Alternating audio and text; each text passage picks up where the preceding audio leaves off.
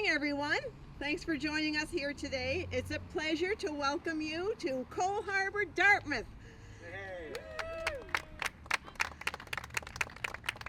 Cole Harbour, Dartmouth is a provincial riding that I, as MLA, am honoured to represent.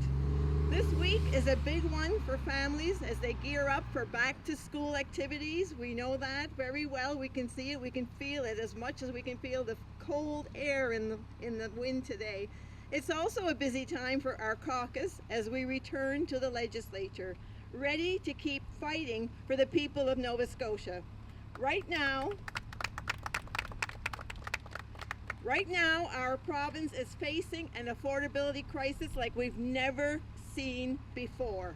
Every day, my office hears from young families, seniors, and students, all telling us the same thing. It's never been more expensive to live in Nova Scotia than it is right now under the Tim Houston government.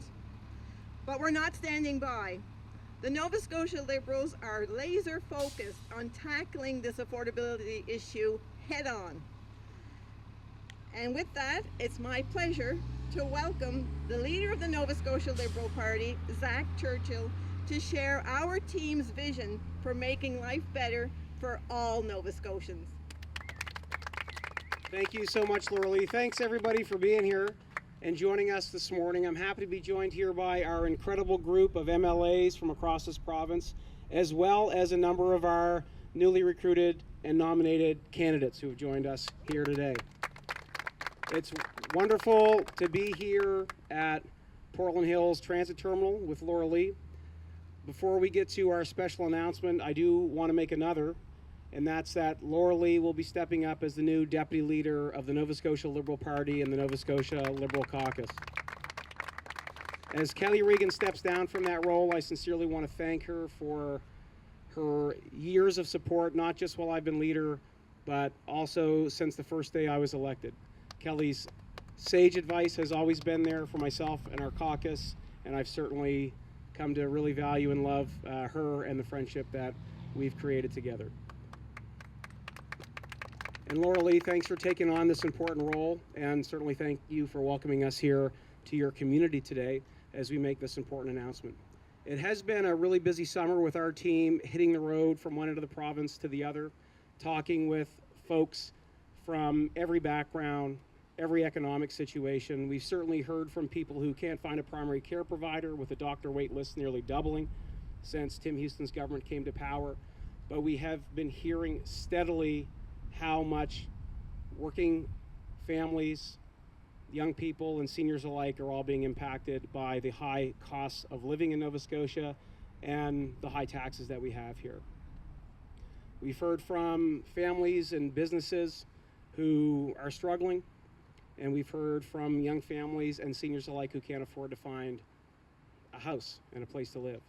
And these are all things that the government promised that they would fix in order to get elected 3 years ago. But it's become very clear that while Tim Houston is focused on building himself up and his team and his allies, we really don't think he has the right ideas to help fix the biggest issues that are affecting you. We'll be putting forward bold ideas in this legislative session to ensure that working families, young people, and seniors have the support they need to deal with this affordability crisis. We'll be putting forward ideas that help us get it back on track on the things that matter the most to you, because we truly do believe we have the ideas that can make a much better deal for Nova Scotians. A better deal on housing to ensure working families can find a place they can afford to live. A better deal on health care to make health outcomes a reality for Nova Scotians. And a better deal on a growing economy that's driven by smart investments, increased productivity, and lower taxes that generate wealth here at home and put more money back into your pocket. And whenever an election happens, whether that is on Tim Houston's promised fixed election date, or whether that is simply another broken promise and he goes early, we certainly will be ready to present that vision to Nova Scotians. We've already committed to lowering the HST by the 2 percentage points that the NDP increased it by, a move that would save the average Nova Scotian family over $1,300 a year on everyday expenses, and certainly more on the bigger expenses like energy efficient appliances, or home repairs. And today I'm very proud to announce the next plank of that new plan, that better deal for Nova Scotians, that I think will be a major game changer for people across the province. The Nova Scotia Liberal Party, if elected, will make public transportation free here in Nova Scotia.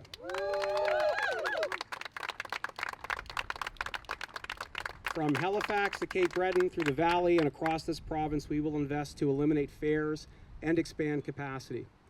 We believe that public transit should be within reach of every single person, and a Liberal government will make that a reality. Imagine being able to just jump on the bus, get your kids to daycare, get to work, or go to the grocery store without having to worry about passes, tickets, or fumbling for change.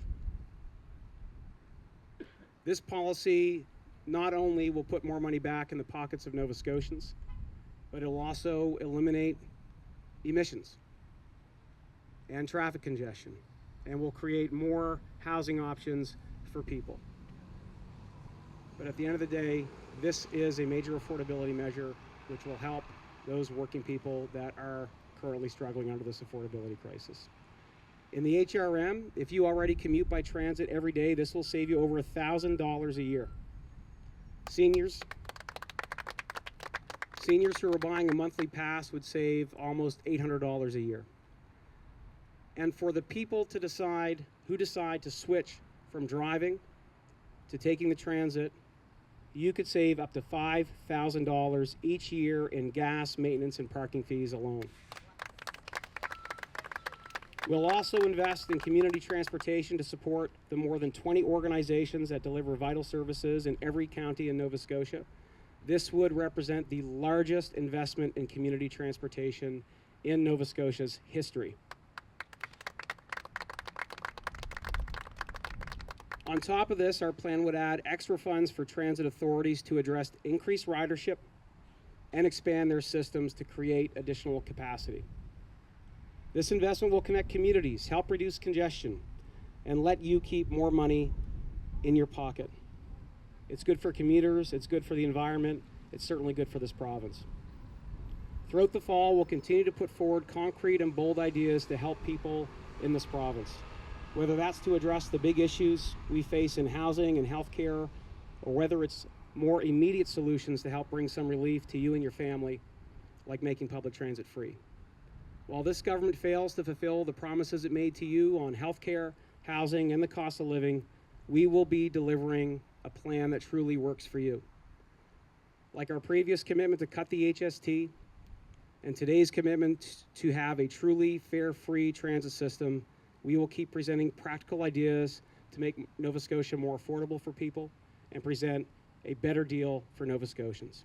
Thank you all so much. I appreciate you being here.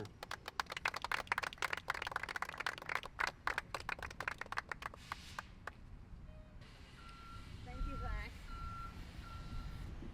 This is an incredible announcement for Nova Scotians. Since my days on HRM Council, I've always been a champion for public transit.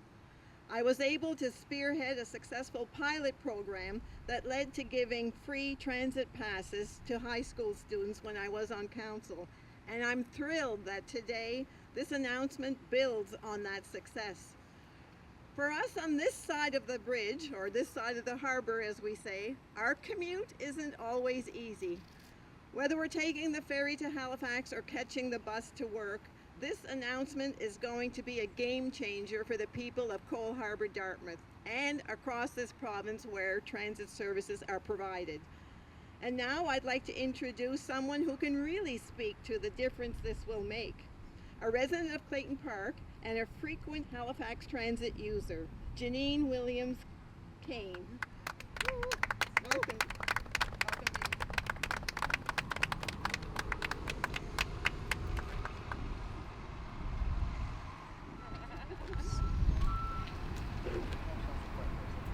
Good morning, everyone. My name is Janine Williams Kane. I am so happy to be here today to talk about something that means so much to me. As someone who relies on public transportation every day, I know how much a difference this policy will make. With Halifax transit fares increasing again this month, it's going to become more expensive for people to get around. This policy is going to lift such a burden for so many people, seniors, young families, and students. It means not having to choose between transportation and other necessities. It's going to make life a little bit easier, actually a lot easier, and for that I am so grateful. I want to thank you for having me here today, and it's really exciting to endorse a policy that will change so many lives for the better. Thank you.